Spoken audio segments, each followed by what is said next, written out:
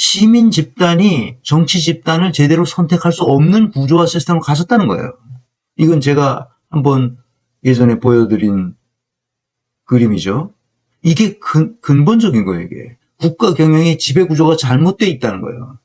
이걸 고치지 않은 채 어떤 신뢰를 회복하려는 무슨 노력을 해도 소용이 없다는 거야. 그거는 그냥 반창고 붙이고 끝나는 거예요. 내가 지금 배 아픈데 배에다 반창고 붙여가지고 그게 되겠어요? 나중에 다시 설명할게요, 시간 나면. 지난 시간에 이기적 유전자에 맞서는 공감하는 유전자에 대해서 잠깐 우리가 살펴봤는데요. 거기에도 바우어 교수가 요하임 바우어 교수가 이렇게 말하는 거예요. 국가는 모든 국민이 개인의 관점에서 의미지향적이고 건강한 삶을 살 수 있도록, 둘째, 한정된 자원이 공정하게 분배되어 사회적 평화가 유지될 수 있도록, 셋째, 자연과 환경 그리고 기후가 지속적으로 보호되고 지켜지도록 어떻게 하라고? 정치적이고 법적인 확실한 틀을 마련해라. 이렇게 말하고 있다고. 정치적이고 법적인 틀을 확실히 마련하라 말이에요. 이 사람은 신경과학자거든.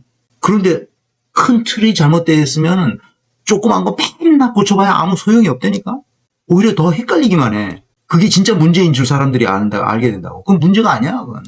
신뢰가 낮아진 건 문제가 아니라고. 그건 드러난 현상이라고. 그러니까 정치적이고 법적인 틀을 확실히 마련해라. 이거예요. 누가 해야 되느냐?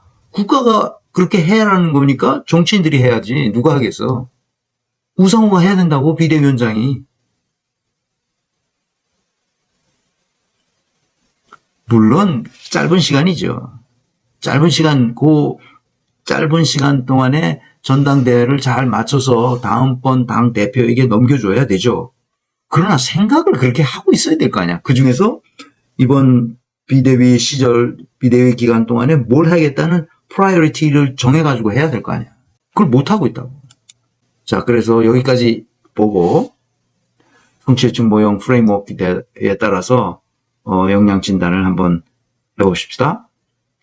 우상호는 분석적 사고와 개념적 사고, 도구적 역량을 볼 때 마이크로한 영역에서의 사실 발견을 위한 분석적 사고와 개념적 사고를 제대로 활용해요. 그렇지만 매크로한 영역에서는 그게 작동하지 않아요. 그래서 앞에 얘기해서 큰 틀을 못 봐요, 이 사람. 국가 운영 시스템에 뭐가 잘못됐는지를 볼 수 있는 눈이 없어요. 그러나 정치 상황을 파악하여 그에 대해 적절한 대응을 할 수 있는 주어진 틀 내에서의 전술적, 운영적 사고력은 충분히 갖췄어요. 그러니까 대변인을 잘하죠. 주어진 틀 내에서 어떤 것을 어떻게 운영하면 잘 되겠다 하는 걸 알아요. 그 큰 틀을 바꿔올 생각 자체가 떠오르지 않는 거예요. 이 사람 머릿속에는. 그러니까 영재성은 없어요. 추상화 역량을 봅시다. 대변인 역할처럼 운용적 차원에서의 자기 인식은 비교적 높아요. 아, 내가 요걸 잘하는구나. 그래서 이렇게 해야 되겠구나. 아주 잘하죠. 그런데 운용적 차원에서 그렇다는 말입니다. 이제 극단으로 치우치지 않고 무리하지 않으면서 자신이 물러서야 할 때를 물러설 줄 아는 점에서 보면 유승민과 아주 유사합니다. 미래지향성을 보면 단기적인 사익에 연연하지 않지만 먼 미래를 위해 헌신할 흔적은 보이지 않아요. 글쎄 젊었을 때 독재에 맞서서 그렇게 싸웠다면, 그래서 민주주의가 일단 대통령 직선제로 쟁취했다면 그 다음에 진정한 민주주의가 뭔지를 위해서 더 공부를 하고 그랬어야 되는데, 더 민주주의가 대통령 직선제로 하고 국회의원이 돼서 국회에서 뭘 와샤와샤 하기만 하면 민주주의가 되는 줄로 아는 거 아닐까? 이렇게 보여요. 민주주의는 그게 아니에요. 지금 우리는 민주주의를 하고 있지 않아요. 엄밀히 말하면. 아니, 투표를 해서 뽑으니까 민주주의죠. 기본적으로야. 그렇지만 전혀 성숙된 민주주의가 아니고 아주 유치한 기본적인 단계에 이제 걸음마를 하는 민주주의죠. 교육을 봐도 그렇고 우리 모든 분야에 다 민주화되어 있다고 보기 어렵습니다. 왜냐하면 지시하고 명령하고 통제하고 억압하고 착취하는 게 우리 사회 전반에 만연해 있기 때문에 그래요. 그건 민주주의가 아닙니다. 성숙한 민주주의가 되려면 바로 우리가 했던 모든 관행을 다 뒤집어 엎어서 반대로 해야 돼요. 왜 지시하고 명령합니까? 누가 누구에게? 왜 윤석열이 누구와 누구를 지시하고 명령합니까?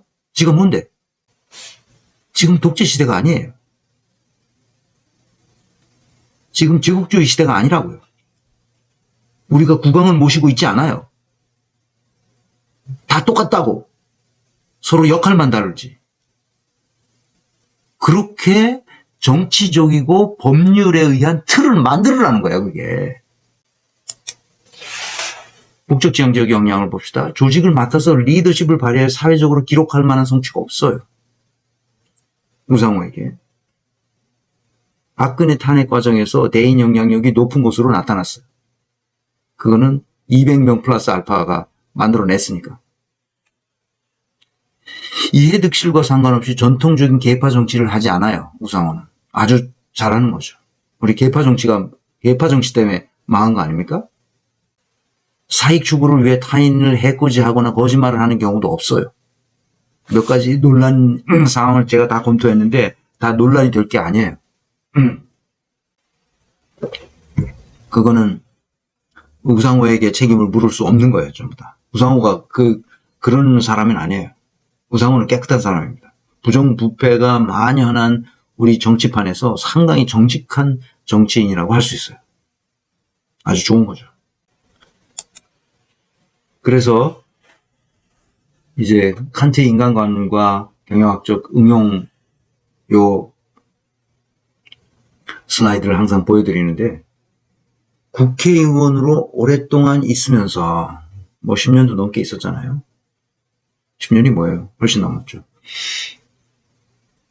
4선이니까 지금.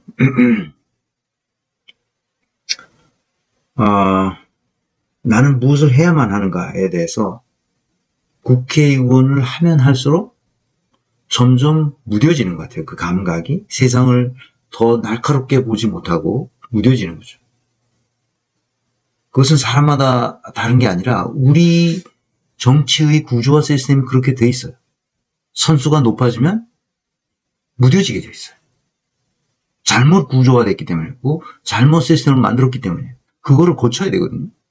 그래야 위로 올라갈수록 선수가 높아질수록 더 뚜렷이 날카롭게 봐서 그런 의원들이 사회적 영향력을 갖고 뭔가 국가를 위해서 국민을 위해서 해야 할 것을 해 나갈 수 있도록 해줘야 된다고. 지금 뭐 김진표나 뭐 박병석이나 그 선수 높은 사람들이 뭘 하고 있습니까? 아무것도 안 하고 있어요. 하고 중진임네. 우상호는 스스로 자기가 중진 의원이라는 거야. 중진이라는 거야. 중진이면 국민을 위해서 헌신해야 할 정치적 과제가 무엇인지를 발견해서 그것을 할 수 있도록 입법 노력을 해야 될 거 아니야. 중대재해기업처벌법을 그따위로 만들었잖아. 그래서 아직도 죽잖아, 사람들이. 노동 현장에서. 아니, 검찰이 저렇게 없는 죄를 만들어내고 있는 죄를 쓱 덮어주고 그래가지고 자기들 돈 벌고 이 짓을 하고 있는 걸 뻔히 알면서 검찰청법 하나 못 바꾸잖아. 큰 틀을 보질 못해요. 그렇지만 지금까지 해온 다른 의원들에 비해서 상대적으로는 굉장히 좋은 평가를 할 수 있어요. 왜냐하면 썩었거든요, 정치가.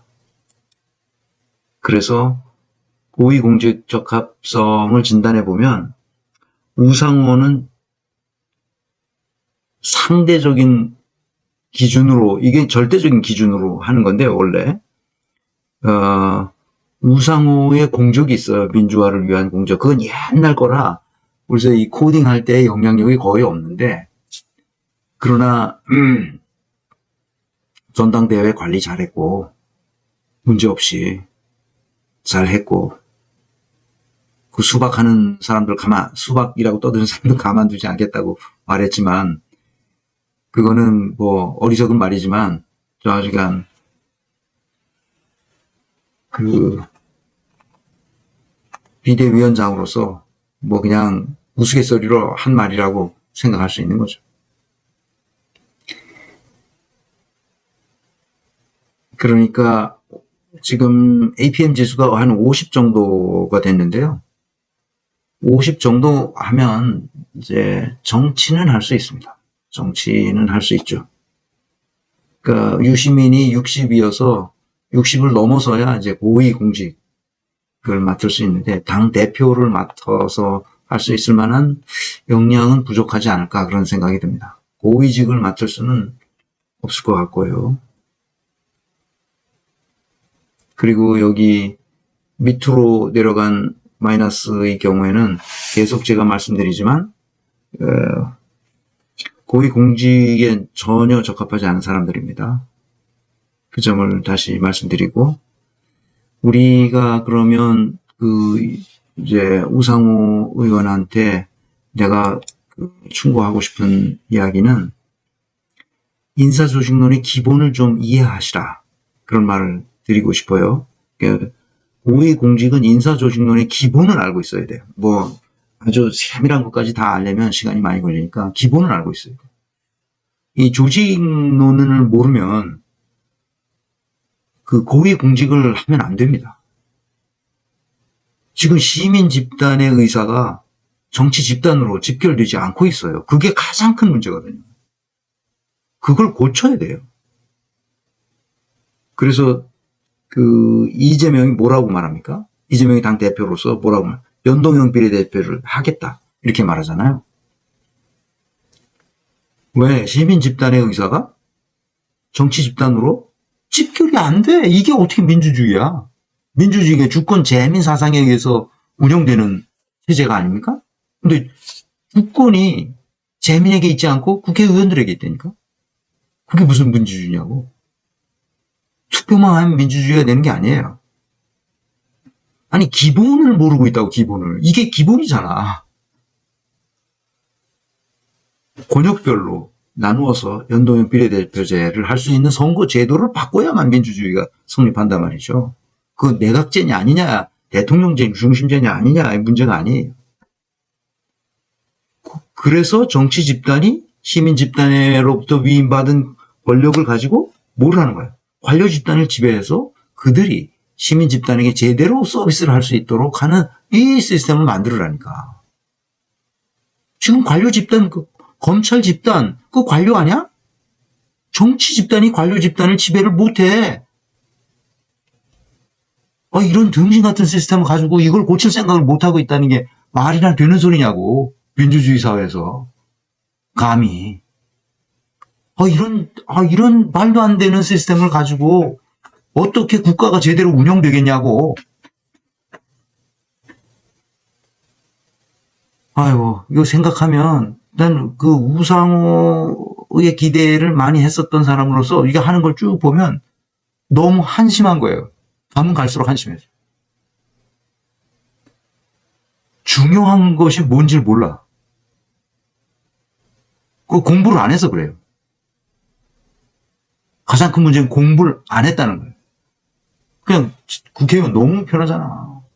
자기 보좌관들 쭉 있고 비서진 있고 시키면 되고 자기가 하는 게 없어.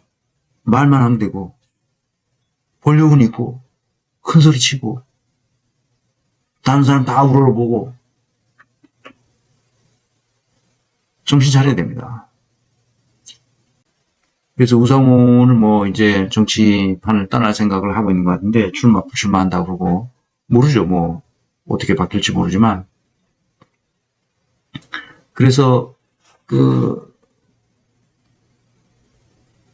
내가 지금 우상호에 대해서 아주 비판적으로 얘기했지만 사실 우상호만한 사람 대한민국에서 만나기 쉽지 않습니다. 정치를 계속해도 괜찮아요. 다만 공부를 좀 하고 그렇게 정치인이 정치 평론가처럼 행동하지 말고 진짜 정치를 하도록 그렇게 했으면 좋겠습니다. 자, 오늘 강의는 이런 정도에서 마치고요. 다음 시간에는 윤석열 정부 왜 조직이 엉망인가 이런 주제로 살펴보겠습니다. 다음 시간까지 안녕히 계시고요. 오늘 강의는 여기서 마치겠습니다. 감사합니다.